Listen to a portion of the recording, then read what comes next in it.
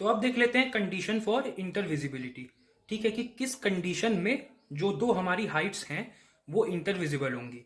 देखिए, अगर तो राइज का केस है, राइज का मतलब कि हम छोटी हाइट से बड़ी हाइट को देख रहे हैं, है ना। जैसे यहाँ पे 3 सेंटीमीटर की हाइट है, 3 सेंटीमीटर की हाइट से हम 8 सेंटीमीटर की हाइट को देख रहे हैं, तो राइज का केस है। ठीक है, ये राइज का केस है। तो राइज के केस में जो टोटल ग्रेडियंट है उसका डिनोमिनेटर सबसे कम होना चाहिए। अभी टोटल ग्रेडियंट क्या है? टोटल ग्रेडियंट वो ग्रेडियंट है जो पहली हाइट से लेकर आखिरी हाइट जो हमको देखना है उसके बीच निकाला गया हो। ठीक है, आपको मैंने बताया था कि ग्रेडियंट का जो फॉर्मूला होता है वो vertical interval upon horizontal equivalent होता है। ठीक है, अच्छा, पहली तो ये कंडीशन देख लीजिए कि राइज के केस में टोटल ग्रेडियंट का डिनोमिनेटर सबसे कम होना चाहिए और फॉल के केस में टोटल ग्रेडियंट का डिनोमिनेटर सबसे ज्यादा होना चाहिए। बट ऐसा क्या होता है कि टोटल ग्रेडियंट के डिनोमिनेटर के कम या ज्यादा होने से राइज या फॉल के केस में इंटरविजिबिलिटी हो जाती है। इसको प्रूव करने के लिए देखिए मैंने यहाँ पे एक फिगर बनाया हुआ है। इस फिगर में ये जो ए हाइट है ये 3 सेंटीमीटर को मैंने मेजर करके बनाया है। ठीक है, मतलब ये 3 सेंटीमीटर है। ये जो बी वाली हाइट है ये 4 सेंटीमीटर है और ये जो सी वाली हाइट है ये 8 सेंटीमीटर है। ठीक, उसके बाद मैंने क्या किया कि ए से बी का जो डिस्टेंस है वो 4 सेंटीमीटर है और जो बी से सी का डिस्टेंस है वो 6 सेंटीमीटर है, यानी कि जो पूरी लाइन है वो 10 सेंटीमीटर की है। ठीक है, ये जो पूरी लाइन है ये 10 सेंटीमीटर की है। ठीक, अब हम क्या करते हैं, चेक करते हैं क्या सच में ऐसा है कि टोटल ग्रेडियंट का डिनोमिनेटर सबसे कम होना चाहिए राइज के केस में। अब देखिए क्या करेंगे। अब देखिए, जैसे मैंने ए से सी को डॉटेड लाइन से ज्वाइन कर दिया, ये हमारी लाइन ऑफ साइट है। अब हम ए और बी को भी ज्वाइन कर देते हैं। ठीक, देखिए ये हमने ज्वाइन कर दिया। अब देखिए, जब हम टोटल ग्रेडियंट की बात करते हैं यानी कि जी ए सी, है ना, ग्रेडियंट ऑफ ए सी, पहले पॉइंट से आखिरी पॉइंट तक की टोटल ग्रेडियंट है। एक और जो ग्रेडियंट हमको निकालना होता है वो ए और बी के बीच का, वो है जी ए बी। ठीक, अब जी ए सी और जी ए बी क्या है, तो पहले देख लेते हैं कि जी ए सी का वर्टिकल इंटरवल क्या है, क्योंकि vertical interval upon horizontal equivalent हमको करना होता है। वर्टिकल इंटरवल का मतलब कि ए और सी की हाइट का डिफरेंस क्या है। तो देखो, सी की जो हाइट है वो 8 सेंटीमीटर है, ए की जो हाइट है वो 3 सेंटीमीटर है, तो 8 में से 3 घटाओगे तो क्या आएगा, 5 आएगा, तो ये 5 हो गया। अपॉन हॉरिजॉन्टल इक्विवेलेंट, यानी कि ये जो 3 सेंटीमीटर की हाइट है और ये जो 8 सेंटीमीटर की हाइट है इसके बीच का हॉरिजॉन्टल डिस्टेंस कितना है। ध्यान देना, ये 10 सेंटीमीटर है क्योंकि यहां से लेके लास्ट तक देख रहे हैं, तो ये पूरा 10 सेंटीमीटर है। तो ये 5/10 हो गया इज इक्वल टू 1/2। ठीक है, आपको क्या करना होता है कि इस न्यूमरेटर को ना 1 बनाना होता है। यहाँ तो आसानी से कट गया, अगर नहीं भी कट रहा होगा तो भी आपको कटवा के किसी तरह से बनाना होगा, अभी मैं दिखाता हूँ। अच्छा, अब जीएबी निकाल लेते हैं। तो जीएबी का मतलब कि ए और बी के बीच का ग्रेडियंट, तो कैसे निकलेगा, इन दोनों की हाइट का डिफरेंस कितना है, 4 centimetre minus 3 centimetre, that is 1 centimetre, तो 1 हो गया। अपॉन हॉरिजॉन्टल इक्विवेलेंट, इस हाइट और इस हाइट के बीच का डिस्टेंस कितना है, 4 सेंटीमीटर, तो 4 हो गया, 1/4। देखिए, जो मैंने कहा था कि ये राइस का केस है, छोटी हाइट से बड़ी हाइट को देख रहे हैं। राइस के केस में टोटल ग्रेडियंट का डिनोमिनेटर सबसे कम होना चाहिए। यहाँ पे टोटल ग्रेडियंट क्या है, जो ए से सी के बीच निकाला गया हो, यानी जी ए सी। इसका डिनोमिनेटर देखिए 2 आया है, जो कि इस 4 से कम है। जो मैं कह रहा था कि टोटल ग्रेडियंट का डिनोमिनेटर सबसे कम होना चाहिए, तब वो राइस के केस में हमको इंटरविजिबल होता है। ये ध्यान रखिए, कंडीशन फॉर इंटरविजिबिलिटी, यानी तब वो दिखेगा, तब ए से सी को देख पाएंगे हम। और वही आपको फिगर में भी दिख रहा है, और फिगर में दिखेगा क्योंकि यहाँ पे हमने नाप के बनाया है। अभी जब आप क्वेश्चन सॉल्व करते हैं ना तो उसमें भी एक फिगर बनता है, पर वो नाप के नहीं बनता है। ठीक है, यहाँ पे नाप के बनाया गया है, तो यहाँ पे आपको दिख रहा है कि आराम से हम ए से सी को देख भी पा रहे हैं। बट ऐसा क्या हुआ कि इस टोटल ग्रेडियंट के डिनोमिनेटर के कम होने से ये दिखने लगा, ऐसा हुआ क्या, देखो। बेसिकली ग्रेडियंट क्या है, मैंने आपको पिछली वीडियो में बताया था कि ये ग्रेडियंट ही तो स्लोप है। स्लोप को जब हम फ्रैक्शन में रिप्रेजेंट करते हैं तो वही तो ग्रेडियंट होता है, तो ये स्लोप ही तो है। स्लोप क्या होता है, टेन थीटा होता है। ठीक है, अब मुझे बताओ, अगर ये डिनोमिनेटर जो 1/2 है, अगर ये डिनोमिनेटर 2 इसके कंपैरिजन में छोटा है तो ये ओवरऑल फ्रैक्शन क्या होगा, बड़ा होगा। आप जानते हो ना कि 1/2 बड़ा होता है 1/4 से, है ना। तो इसका डिनोमिनेटर छोटा है इसके कंपैरिजन में, तो ओवरऑल फ्रैक्शन बड़ा है। अगर फ्रैक्शन बड़ा है तो ये ग्रेडियंट बड़ा है।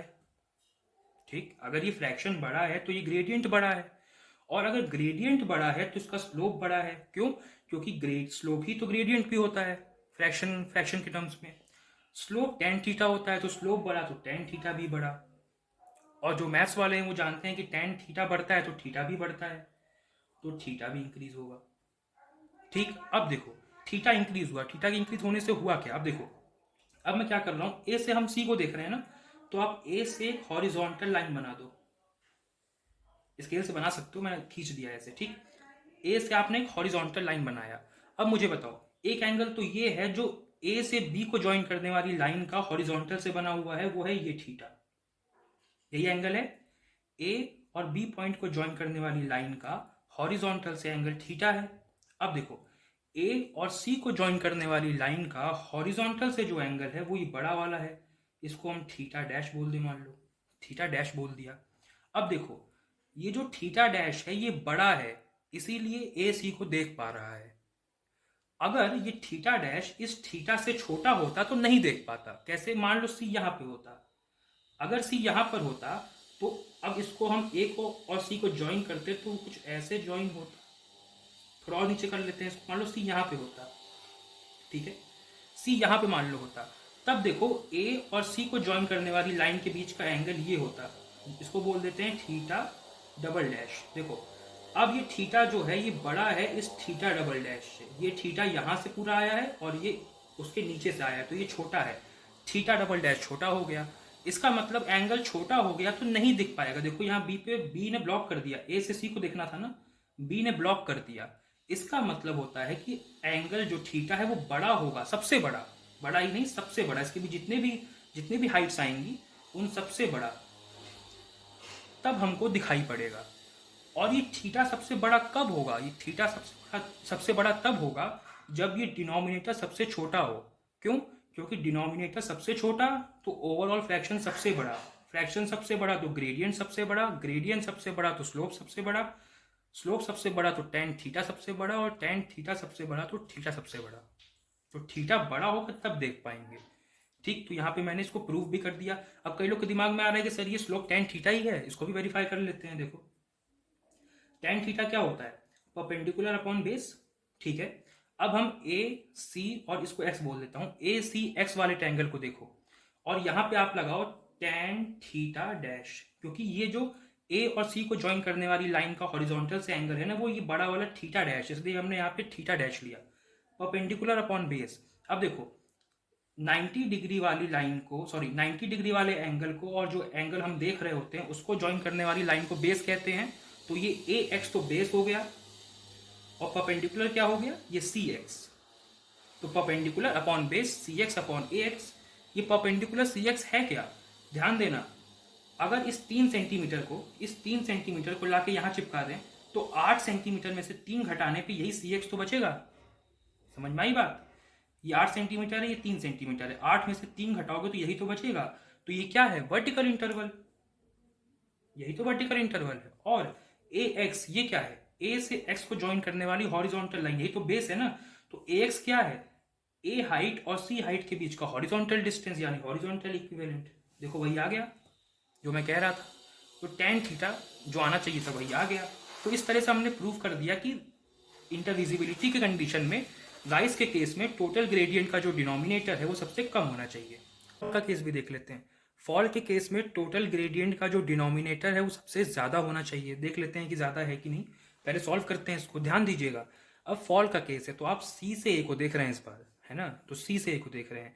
जब वहाँ पे ए से सी को देख रहे थे तो आपने ए सी का ग्रेडियंट लिया था और ए और बी का ग्रेडियंट लिया था। वैसे ही अब आप सी से ए को देख रहे हैं ना, तो आप सी से बी का ग्रेडियंट लेंगे और सी से ए का ग्रेडियंट लेंगे। इस बात का आपको ध्यान रखना है क्योंकि अब आप सी से ए को देख रहे हैं ना, तो सी से बी का ग्रेडियंट और सी से ए का ग्रेडियंट, ठीक ऐसे देखेंगे।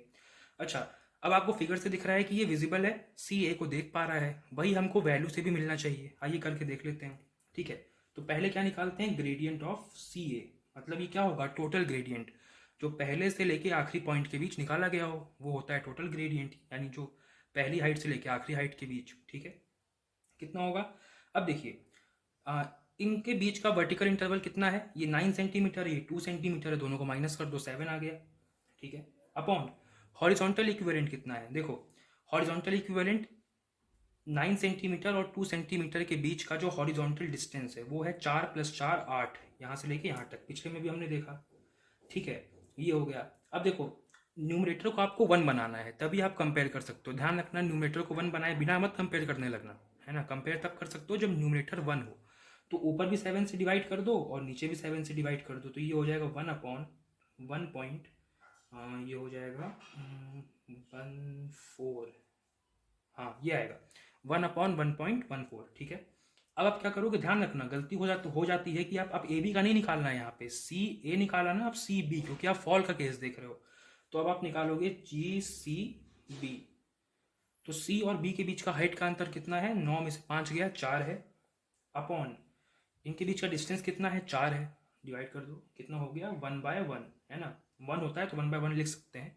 मैंने क्या बोला था कि फॉल के केस में टोटल ग्रेडियंट का डिनोमिनेटर सबसे ज़्यादा होना चाहिए। टोटल ग्रेडियंट क्या है, देखिए ये है टोटल ग्रेडियंट, देखिए बिल्कुल ज़्यादा है ये 1.14, इस 1 से ग्रेटर है। इसका जो डिनोमिनेटर 1.14 है, इस 1 से ग्रेटर है, जो कि मैंने कहा था कि टोटल ग्रेडियंट का जो डिनोमिनेटर है वो फॉल के केस में सबसे ज़्यादा होना चाहिए।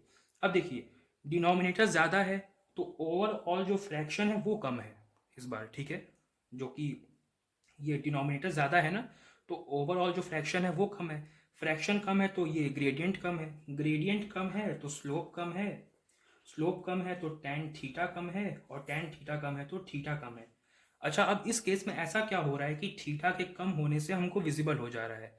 अब इसको कैसे देखेंगे, देखिए अब हम फिर से हॉरिजॉन्टल बनाएंगे, लेकिन ध्यान रखना हॉरिजॉन्टल यहाँ नहीं बना देंगे इस बार, हम सी से ए को देख रहे हैं ना, तो सी पे हॉरिजॉन्टल बनेगा इस बार। कैसे बनाएंगे, ऐसे एक स्ट्रेट लाइन आप लोग खींच लेना, ये हॉरिजॉन्टल बन जाएगा। ठीक है, अब क्या करो, सी से ए को ज्वाइन किया है ना, तो सी से बी को भी ज्वाइन कर दो।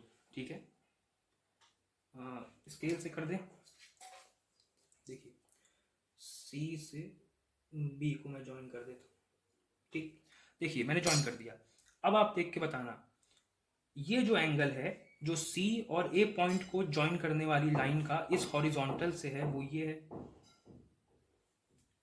थीटा, बोल देता हूं मैं इसको, ये है। ठीक, सी और बी पॉइंट को ज्वाइन करने वाली लाइन का, यानी ये लाइन सी बी, इसका एंगल हॉरिजॉन्टल से ये है, इसको मैं बोल देता हूं थीटा डैश। तो देख रहे हो, जो थीटा है वो छोटा है इस थीटा डैश से, तभी ये देख पा रहा है। अब मान लो ये जो थीटा है ये थीटा डैश से बड़ा होता, है ना, यानी कि कुछ ऐसा होता कि मान लो ए यहीं तक होता, ए है, ए जो है सिर्फ यहीं तक होता, मान लो ऐसा होता, फिर क्या होता, एक सेकेंड, अब देखो ए जो है वो यहां तक है, थोड़ा और नीचे बना लेता हूं, ए मान लो यहां पे होता है। ठीक, अब देखो इसको मैं ज्वाइन कर देता हूं,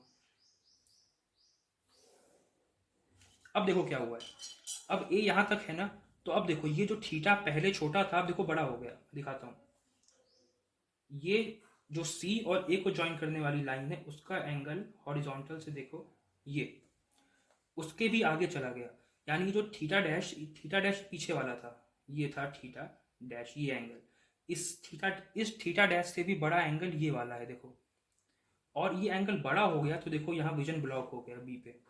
यही मैं कह रहा था कि फॉल के केस में जो थीटा है वो छोटा होना चाहिए, छोटा होगा तो इस तरफ होगा, तभी यहाँ से यहाँ देख पाएगा, तभी यहाँ से यहाँ देख पाएगा, इसीलिए इस केस में थीटा का छोटा होना जरूरी है।